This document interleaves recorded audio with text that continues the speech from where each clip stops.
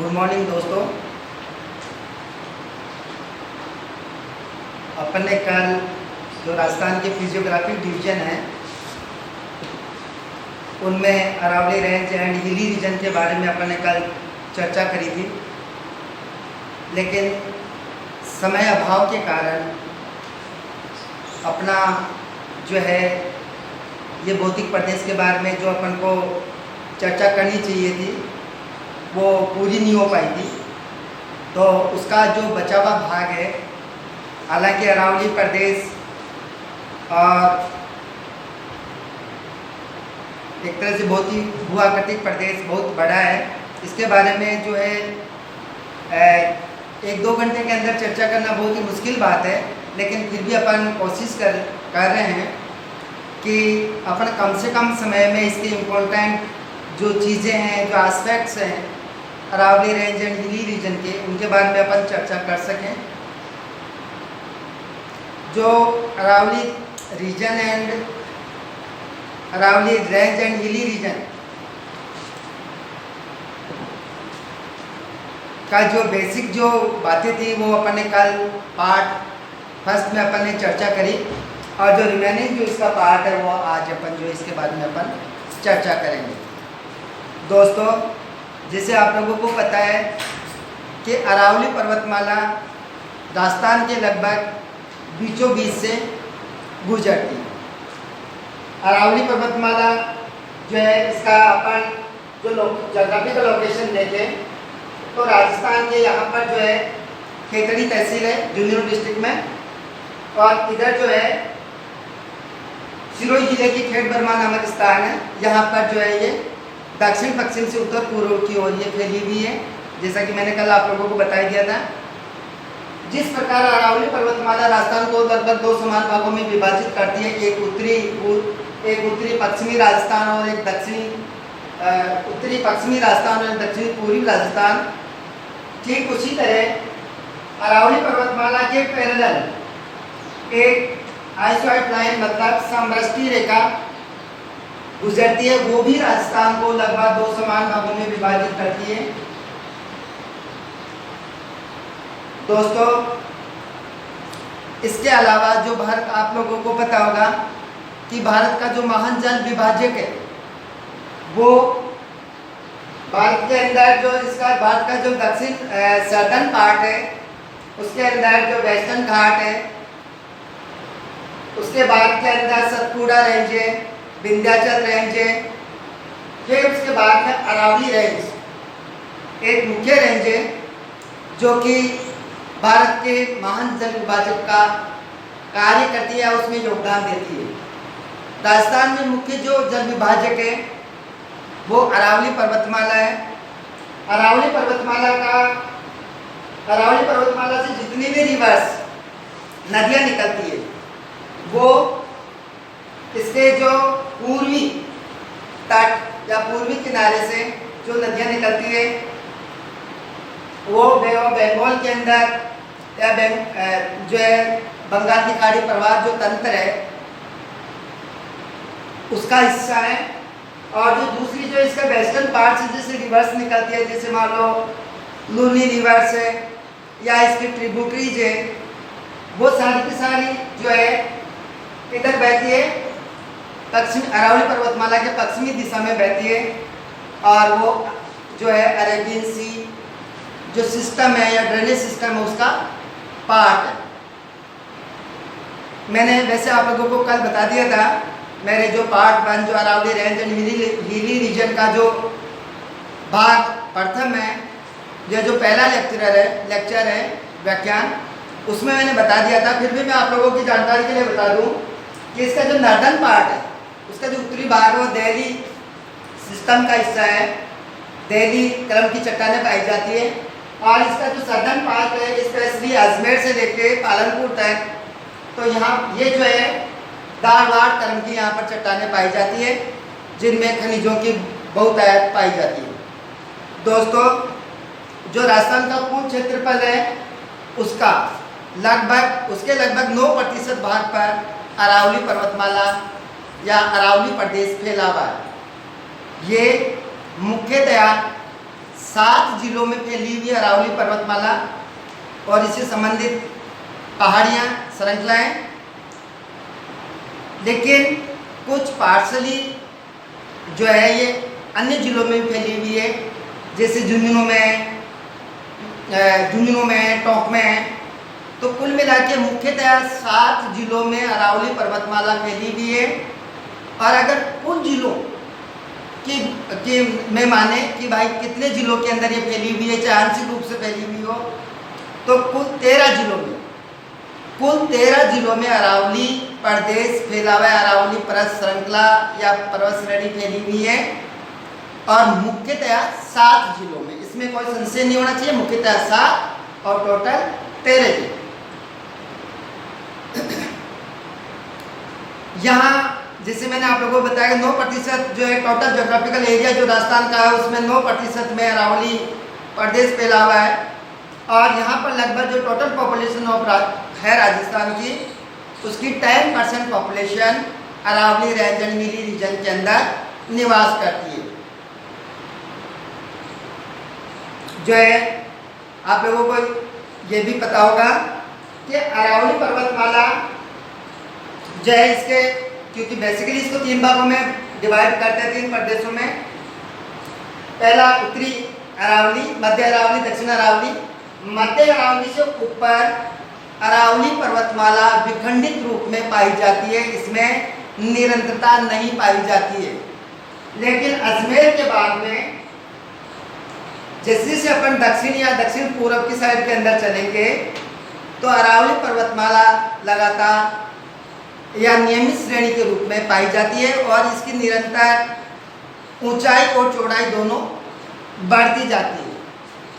और सबसे कम जो इसका ऊंचाई वाला जो प्रदेश है वो मध्य अरावली वाला है, जिसमें अजमेर और जयपुर आते हैं। ठीक है दोस्तों, इसके अलावा जो है जो मैं इसका, हालांकि मैं ज़्यादातर बता चुका हूँ पार्ट फर्स्ट में, मैं फिर भी इसके बारे में आप लोगों को जो है बताता हूँ कि मध्य अरावली जो है, मध्य अरावली यहाँ है और इसके नीचे बोराट का जो पठार है वो कुंभलगढ़, गोबुंदा कुंभलगढ़ के बीच के अंदर कुछ पहाड़, अरावली पर्वतमाला में कुछ पठार है जो वेल नोन है, कॉम्पिटिटिव एग्जाम्स में जिनके बारे में लगातार पूछा जाता रहा है, पूछा जा भी सकता है। तो इसलिए इसके कुछ, हालांकि इसमें छोटे छोटे कई पहाड़ हैं, लेकिन जो इम्पोर्टेंट जो पहाड़ हैं उनकी अपन चर्चा करें तो एक तो आबू ब्लॉक जो सिरोही जिले में है। सिर्फ सिरोही जिले की जो सीमा है, स्पेशली इसकी पूर्वी और पश्चिमी सीमा है, वहाँ थोड़ा सा नहीं बल्कि पूरे अरावली जिले में जो है आबू ब्लॉक या आबू ब्लॉक एक पठार का रूप है वो फैला हुआ है। और आबू ब्लॉक में ही आप लोगों को पता है कि अरावली पर्वतमाला का सर्वोच्च शिखर गुरु शिखर, जिसको जो है कर्नल जेम्स टोड ने संतों का शिखर कहा है, जो सेंट पिंकल्स के नाम से जिसको जानते हैं, वो कहा, वो भी जो है आबू ब्लॉक के ऊपर ये गुरु शिखर के जस्ट नीचे थोड़ा और आबू ब्लॉक के ऊपर एक पठार है और उसका नाम है उड़िया का पठार। ठीक है, आबू ब्लॉक खुद पहाड़ पठार का रूप है, उड़िया का पठार हो गया, बोराट का पठार जो है दक्षिण अरावली में ही है, लेकिन ये जो उदयपुर जो बेसिन है उसमें है। और ये कुंभलगढ़ और गोबुंदा की पहाड़ियों के बीच स्थित है। ठीक है, नेक्स्ट दोस्तों, एक यहाँ पर जो है बहुत फेमस इसका झील है जिसको नक्की झील के नाम से जानते हैं। और ऐसा कहते हैं कि भाई जो है ये नक्की झील का निर्माण जो है नाखूनों के द्वारा किया गया था। तो मैं इसके बारे में आपको थोड़ा बताऊं कि नक्की ताल या नक्की झील भी यहाँ पर माउंट आबू में ही पाई जाती है, गुरु शिखर से नीचे। ठीक है दोस्तों, अब जो है जो इसकी स्पेशल टर्मिनोलॉजी है, मैंने कल आप लोगों को बताया था इसके बाद प्रथम के अंदर कि क्योंकि प्रत्येक देश में अपने स्थानीय नाम होते हैं, अपनी स्थानीय संस्कृति होती है, तो जो है स्थानीय नाम पहाड़ियों के वैसे हिल होती है, हिल को जो स्थानीय नाम राजस्थान में क्या क्या है, और स्पेशली अरावली रीजन के अंदर पहाड़ियों को लोकल उनका नेम किस नाम से उनको जानते हैं। मैंने बताया था बाखरिया बाकरी, बाखरिया बाकरी, जालोर सिरोही में इनको बाखरिया बाकरी के नाम से जानते हैं। उदयपुर और राजसमंद में इनको मगरा मगरी के नाम से जानते हैं, और जयपुर और आज जो डूंगराड़ एरिया जयपुर दौसा वहाँ पर इसको डूंगर के नाम से जानते हैं। मैंने थोड़ा आप लोगों को बताया था कि जो है यहाँ पर जो है कुछ विशेष आकृति की पहाड़ियाँ पाई जाती है, कुछ पहाड़ियाँ राउंड शेप के अंदर पाई जाती है गोलाकार रूप में। जैसे आप लोग अगर नाकोड़ा गए हो भैरव जी के, तो आपने देखा होगा वहाँ पर कि नाकोड़ा पर्वत के आसपास बिल्कुल राउंड शेप में, जैसे मतलब मानवकृत जैसे पहाड़ियाँ हो ऐसे बिल्कुल राउंड शेप में पहाड़ियाँ पाई जाती है। और एक पीपलू, पीपलू तो नाकोड़ा की जो पहाड़ियाँ हैं वो गोलाकार पहाड़ियाँ हैं, और गोलाकार पहाड़ियों को 56 की पहाड़ियों के नाम से भी अपन जानते हैं। ठीक है दोस्तों। फिर दूसरी है घोड़े की नाल, जैसी बारां जिले के अंदर पाई जाती है। घोड़े की नाल आप जानते हो, इस प्रकार की जो पहाड़ियाँ पाई जाती है वो जो है बूंदी जिले के अंदर पाई जाती है, सॉरी बारां जिले में पाई जाती है। और तस्त्री नुमा पहाड़ियाँ जो है उदयपुर, जिनको गिरवा के नाम से जानते हैं, गिरवा की जो शेप होती है और तस्त्री नुमा होती है, तो उसको अपन जो है तस्त्री नुमा पहाड़ के नाम से जानते, उदयपुर में पाई जाती है। और जो है मुकुंदरा जो हिल्स है, और बूंदी एक बहुत फेमस है मुकुंदरा हिल्स, जो बूंदी, कोटा और झालावाड़ में मुकुंदरा हिल्स पाई जाती है। 56 की पहाड़ियाँ के बारे में बहुत बार पूछा गया, गोलाकार पहाड़ियाँ, 56 की पहाड़ियाँ बहुत कॉम्पिटिटिव एग्जाम्स में आता रहता है, स्पेशली आरपीएससी और अदर केसेस में। तो जो है 56 की पहाड़ियाँ किसे कहते हैं, तो ये बाड़मेर जिले के अंदर जो है ये बाड़मेर जिले में पाई जाती है, जो सिवाना जो पहाड़ी क्षेत्र है वहाँ पर नाकोड़ा में। ठीक है। एक आपने एक स्पेशल टर्मिनोलॉजी है गिरवा। गिरवा आप लोगों को पता होगा शायद, गिरवा मतलब एक स्तर होता है, पर्वत स्कंद एक उच्च भाग होता है, निम्न भाग को वो जोड़ता है, उतला भाग उत्तल मतलब उसका कन्वेक्स स्लॉप टाइप का होता है, और निचले भाग को जोड़ता है, या उसमें झूलता हुआ अपने जिब्या आकार का होता है, वो जिब्या की तरह उस पर लटका हुआ रहता है, तो उसको अपन पर्वत स्कंद कहते हैं। और पर्वत स्कंद जो है पर्वत स्कंद जो है वहाँ उसकी एक श्रृंखला पाई जाती है। कहाँ पर? उदयपुर के आसपास, उदयपुर के चारों उदयपुर बैसिन में, जिसको अपन जो है इस श्रृंखला को, पर्वत स्कंद की श्रृंखला को उदयपुर में या उदयपुर बैसिन को जो घेरी हुई है पर्वत स्कंद की जो श्रृंखला या मेखला, उसको जो अपन क्या कहते हैं, गिरवा के नाम से जानते हैं। दोस्तों एक जो है मैं आप लोगों को बता देता कि जो गुरु, ये बहुत इंपॉर्टेंट है कॉम्पिटिटिव एग्जाम्स के पर्पज से, इसलिए मैं आप लोगों को बताना चाह रहा था कि अरावली पर्वतमाला आप लोगों को पता है, ऊपर हिमालय पर्वत जो है हाईएस्ट पीक पाई जाती है भारत की और वर्ल्ड की भी वैसे, लेकिन भारत की भी अपन देखें काराकोरम टू के हाईएस्ट पीक पाई जाती है।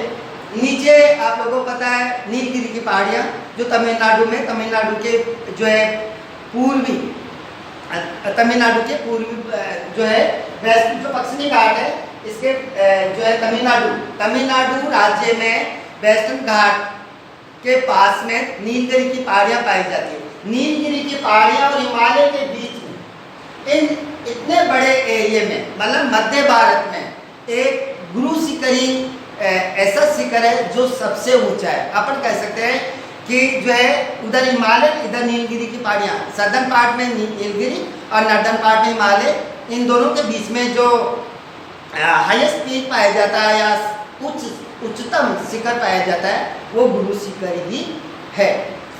दोस्तों मैं आप लोगों को जो है कुछ इम्पोर्टेंट जो पहाड़ियाँ हैं राजस्थान की, उनके बारे के अंदर मैं आपको बताना चाहता हूँ। वैसे देखो छोटी छोटी पहाड़ियाँ बहुत सारी है, लेकिन जो इम्पोर्टेंट पहाड़ियाँ जो है उनके बारे के अंदर आपको पता होना चाहिए, क्योंकि देखो अपने यूनिवर्सिटी से एग्ज़ाम्स हैं वो अलग हैं, लेकिन कल इन फ्यूचर आप लोग कॉम्पिटिटिव एग्ज़ाम्स दोगे तो उनमें भी ये बहुत इम्पोर्टेंट रहती है।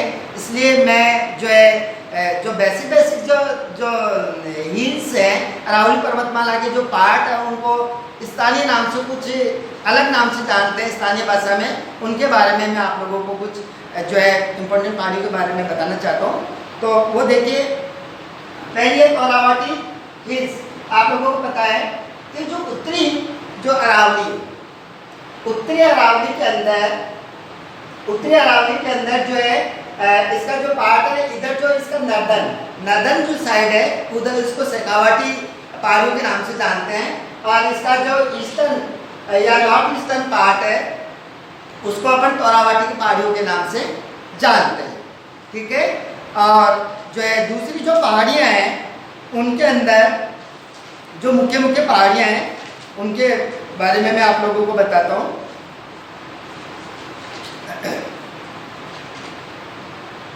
एक तो मैंने बताया कि जालोर और सिरोही के अंदर पहाड़ियों को भाखर के नाम से जानते हैं। तो मेन जो भाखर है जो राजस्थान में प्रसिद्ध है और जो है फ्रिक्वेंटली कॉम्पिटिटिव एग्जाम्स में आती रहती हैं, उनमें इसराना भाखर और जो है जहरवाला भाखर और रोजा भाखर ये मेन है जो जालोर में पाई जाती है। एक जालोर के अंदर एक फेमस पर्वत है जिसको अपन सुंडा पर्वत के नाम से जानते हैं, और सुंडा पर्वत के अंदर एक राजस्थान का प्रसिद्ध मंदिर है। कौन सा मंदिर है? सुंदा माता का मंदिर। सुंदा माता का मंदिर जो है जालोर में पाया जाता है सुंडा पर्वत पर, और ये राजस्थान का भालू संरक्षित क्षेत्र भी है। ठीक है, तो सुंडा पर्वत भी एक महत्वपूर्ण जो है पहाड़िया पर्वत है, अरावली रेंज का ही एक पार्ट है। और एक है जो है गोगुंदा का आपने कोमलगढ़ और गोगुंदा के बीच के अंदर आपने नाम सुना होगा कि बोराट का पठार है, और मैंने अभी आप लोगों से जिक्र भी किया इसका।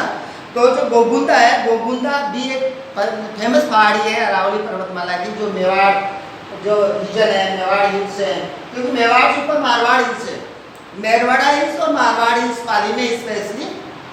ठीक है, हालांकि इसके अंदर ब्यावर और किशनगढ़ वाले पार्ट को भी सम्मिलित करते हैं, लेकिन स्पेशली पाली जिले के अंदर है मेरवाड़ा मारवाड़ हिल्स के नीचे मेवाड़ हिल्स। मेवाड़ हिल्स के अंदर ही जो गोगुंदा जो है पर्वतीय पहाड़ी है, और यहाँ से कौन सी नदी निकलती है? एक राजस्थान की फेमस नदी निकलती है आयड या बेडज नदी। आयड और बेडज नदी का उद्गम क्षेत्र जो है गोगुंदा। एक है छिपा मेड़ा जो है यहाँ से सोम नदी का उद्गम होता है। एक है बिजराल पहाड़ी, आपने नाम सुना होगा, एक खारी नदी है, राजस्थान की महत्वपूर्ण जो है नदी है। ये जो है बिजराल पहाड़ी से निकलती है। दिवेर पहाड़ी से भी राजस्थान की एक महत्वपूर्ण नदी निकलती है जिसका नाम है कोठारी। तो कोठारी नदी का उद्गम क्षेत्र जो है दिवेर पहाड़ी है। बनास का आपने नाम सुना, ये बनास राजस्थान के जीवनदायिनी नदी इसको मानते हैं। और केचमेंट अकवा क्षेत्र की दृष्टि से राजस्थान की सबसे बड़ी नदी है बनास नदी, और बनास नदी का उद्गम जो है ये जो है खमनोर की पहाड़ियों से होता है राजसमंद जिले में। और खमनोर की पहाड़ियों से निकलने के बाद में आप लोगों को पता है टॉप में बहती सवाई माधोपुर में जो है खंडार तहसील है, खंडार तहसील में ये चंबल नदी में मिल जाती है। पता है आप लोगों को? नाग पहाड़ी या नाग पहाड़, आप लोगों को पता है कि नाग पहाड़ से लूनी नदी का उद्गम हुआ है, लूनी नदी निकलती है। और जो है नाग पहाड़ इसको इसलिए कहते हैं क्योंकि इसकी आकृति सांप स्नेक जैसी है, सर्पिलाकार है, इसलिए इसको नाग पहाड़ी के नाम से जानते हैं। एक है बेराट की पहाड़ी। बेराट की पहाड़ी आप लोगों को पता है विराटनगर तहसील में जयपुर में, और बेराट की पहाड़ियों से बाणगंगा नदी निकलती है। नेक्स्ट है साहिबी या साबी नदी। साबी नदी आप लोगों को पता है कि ये भी जयपुर ज़िले से निकलती है और कौन सी नदी से? सेवर की पहाड़ियों से श्रीमाधोपुर में, और जो है ये अल्टीमेटली हरियाणा तक जाती है। नेक्स्ट है मेंढा नदी, ये फेमस नदी है और ये भी एक महत्वपूर्ण पहाड़ी अरावली पर्वतमाला की, वह है मनोदपुर की पहाड़ी, जहाँ से मेहनता या मेंढा नदी निकलती है। हर्ष की पहाड़ियाँ भी बहुत फेमस हैं और हर्ष की पहाड़ियाँ सिक्कर के अंदर पाई जाती है। नेक्स्ट है जो है खंडेला की पहाड़ियाँ, आप लोगों को पता है ये सिक्कर जिले के अंदर पाई जाती है। और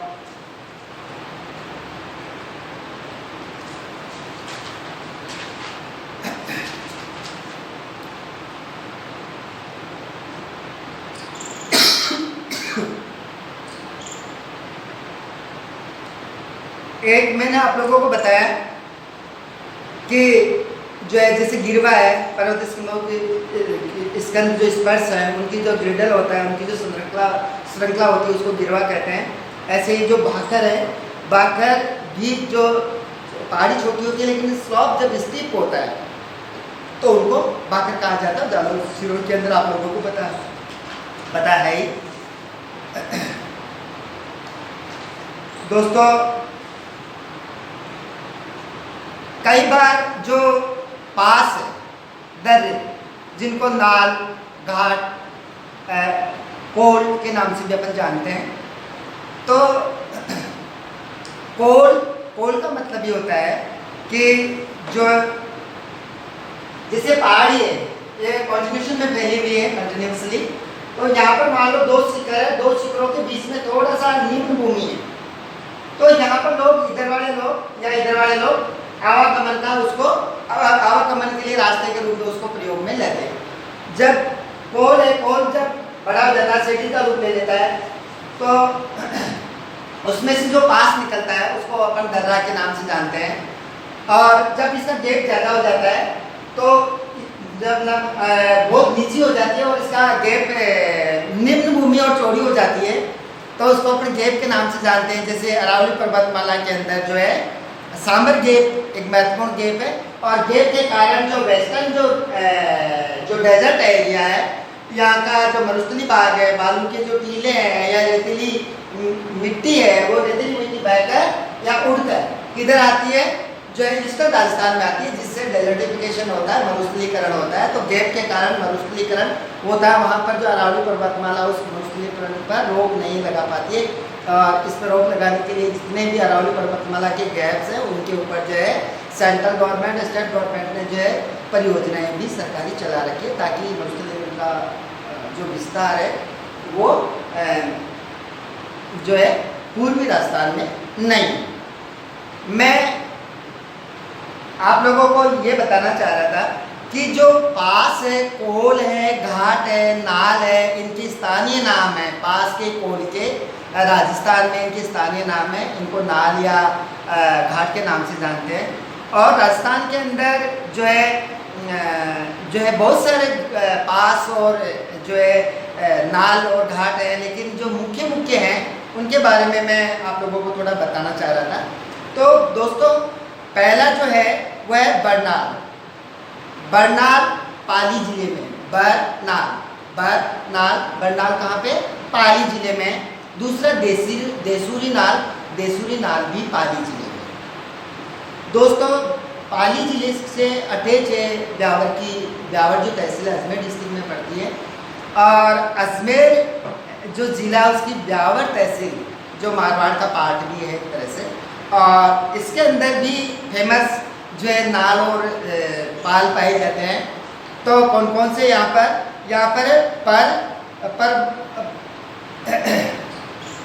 परवालिया नाल और जो है शिवपुर घाट और सूरा नाल यहाँ की जो है प्रसिद्ध जो नाल या घाट है, कहाँ के? ब्यावर के। इसके अलावा जो है अपन बात करेंगे उदयपुर ज़िले की। उदयपुर ज़िले के अंदर देसूरी, केवड़ा, फुलवारी और हाथीनाल और एक लास्ट है पीपी नाल। ये जो है उदयपुर ज़िले के फेमस दर्रे या नाल या घाट है।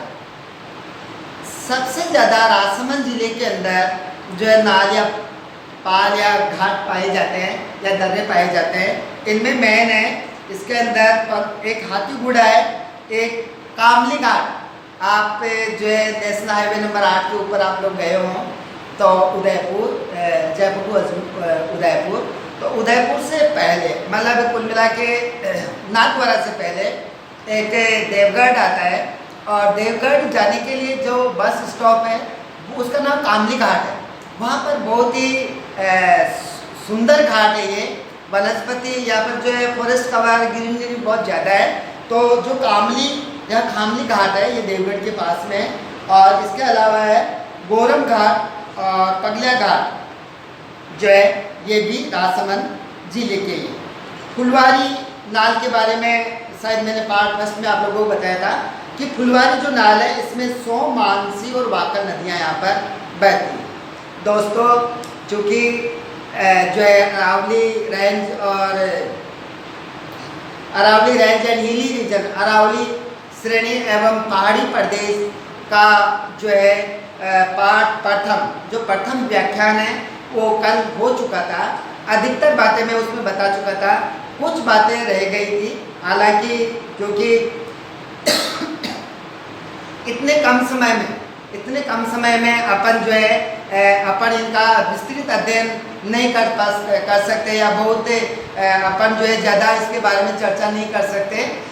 तो जितना संभव हो सका है मैंने कोशिश करी है आप लोगों को मेन जो है बेसिक इसके कंसेप्ट्स और बेसिक जो इसके जोग्राफिकल, कल्चरल, इकोनॉमिक फीचर्स जो है आप लोगों को मैं बता सकूं, वो मैंने बताने की कोशिश करी है। हालांकि बहुत जो है इसके बारे में जो है महत्वपूर्ण इम्पोर्टेंट जो है एलिमेंट्स और एस्पेक्ट्स भी छूट सकते हैं, और पूरा अपन कवर भी नहीं कर सकते एक छोटे से व्याख्यान में। तो दोस्तों मेरा आपसे निवेदन है कि मैंने जितना आप लोगों को इसके अंदर समझाया है या समझाने की कोशिश करी है, इसको तो आप लोगों को जो है पढ़ना ही है और सुनना ही है, और आप लोग सुन ही रहे हो। और इसके अलावा जो है आप लोग और जो है इसकी रेफरेंस जो बुक्स हैं, जो ओरिजिनल जो बुक्स हैं, या मान लो जो स्टेट गवर्नमेंट्स की जो साइट्स हैं, चाहे वो इरिगेशन डिपार्टमेंट की हो, फॉरेस्ट डिपार्टमेंट की हो, चाहे वो जियोलॉजिकल डिपार्टमेंट की हो, चाहे वो इकोनॉमिक डिपार्टमेंट की हो, चाहे वो एग्रीकल्चर डिपार्टमेंट की हो, आप लोगों को लेटेस्ट राजस्थान के बारे में जानकारी करने के लिए, क्योंकि कोई भी बुक जो अपडेट नहीं होती है, और कोई भी बुक मान लो आज की तारीख में अपडेट करते हैं तो कल वो पुरानी हो जाती है, क्योंकि कॉम्पिटिटिव एग्जाम्स होते हैं उनमें हो सकता है पुराने जो है डेटा से रिलेटेड जो क्वेश्चन पटअप करे जो है पेपर सेटर पूछ सकता है, या कॉम्पिटिटिव एग्जामिनेशन जो नोडल एजेंसी है वो ऐसे पेपर भी सेट करवा सकती है जिनमें पुराने डेटा हो। लेकिन जो पिछले गत वर्षों से या दशकों से जो एक ट्रेंड चला रहा है उसमें लेटेस्ट जो डेटा होते हैं, जो नवीनतम जो आंकड़े होते हैं, उन आंकड़ों के बारे में क्वेश्चन पूछे जाते हैं। इसलिए दोस्तों मेरी आप लोगों से सलाह है कि आप लोग हार्ड कॉपी में जो भी आपको हैंड रिटन या कंप्यूटराइज जो मटेरियल है, या बुक्स फॉर्म में जो मटेरियल है, या मैगजीन्स में जो मटेरियल, वो तो पढ़ना ही पढ़ना है। साथ में आप जो लेटेस्ट डेटा है वो डेटा आप जो गवर्नमेंट की जो वेबसाइट्स हैं उन वेबसाइट से आप जो है अपडेट अपने आप को करते रहें। यही मेरी आप लोगों को सलाह है, और जो है आपका जो है कॉम्पिटिटिव एग्जाम से उसकी अच्छी तैयारी करें, और आगे आप लोग जो है सक्सेस जो हो, ऐसी मेरी आप लोगों को शुभकामनाएं, और थैंक यू सो मच।